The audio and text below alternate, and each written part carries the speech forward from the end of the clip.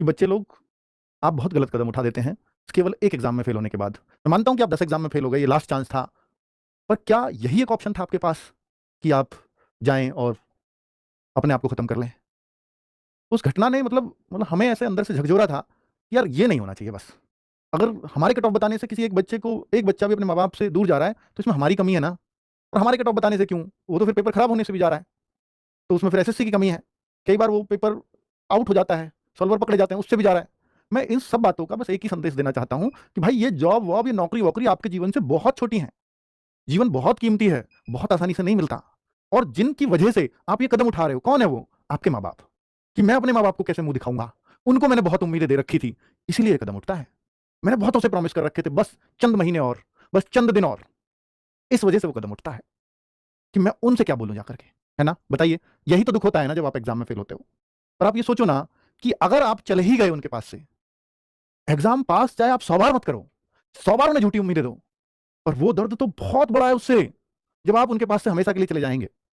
आप तो उन्हें पूरी जिंदगी की दर्द दे गए। शायद आपके नौकरी के दर्द को वो 1 महीने में, 4 महीने में, 10 दिन में, 5 दिन में, 2 दिन में बुला देते, लेकिन ये दर्द तो बहुत बड़ा है। तो ऐसे कदम कभी मत उठाना बच्चों, क्योंकि आप जिस नौकरी के लिए कभी अपना जीवन तक को कुर्बान करने की सोच लेते हैं, अगर कुछ दिन बाद हमें पता लगता है कि नहीं मिली तो अच्छा रहे, शायद इसलिए अच्छा कर पाया मैं दूसरे काम में लग गया और सफल हो गया, और इतना अच्छा बन गया कि जो नौकरी से मैं कभी नहीं सोच पाता। क्यों मानते हो ऐसे कि यही एक लास्ट ऑप्शन है? ये शुरुआत है, आपने अपना फोकस दिया, जरूरी नहीं है कि आप सफल हो। 99% बच्चों को असफल ही होना पड़ेगा, 1% बच्चा ही सफल होता है। सोचिए, यहां 48 लाख फॉर्म है एसएससीजीडी में, 25,000 वैकेंसी है, आधा परसेंट बच्चों को नौकरी मिलेगी, 99.5% बच्चा सफल होगा। और आप ये मान लो कि जीवन खत्म इसके बाद? नहीं, ये एक संघर्ष था जो हमने जिया, जिससे हमने बहुत कुछ सीखा।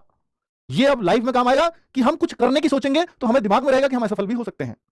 जो शायद ये डायरेक्शन देने के काम आती है वो चीज कि हाँ, असफल होने का डर होना जरूरी है, ताकि हम अपना अगला कदम अंधाधुंध ना रखें। चाहे हम किसी भी काम में जाएं, बिजनेस में जाएं, खेती में जाएं, या कोई और काम जाएं, तो हम कोई भी कदम गलत उठाने से पहले सोचेंगे कि नहीं, असफलता भी मिलती है।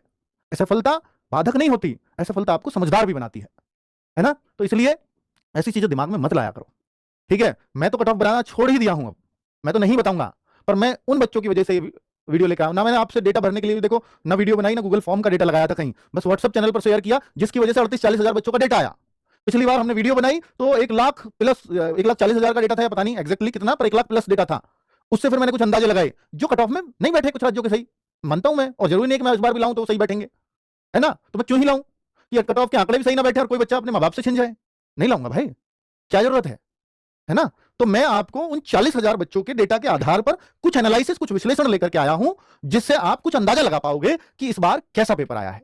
इस बार जो हिंदी में नए क्वेश्चन ऐड हुए हैं, पिछली बार के मुकाबले बच्चों के कितने अंक कम हो रहे हैं या बढ़ रहे हैं, तो हम उससे कुछ अंदाजा लगा लेंगे, है ना?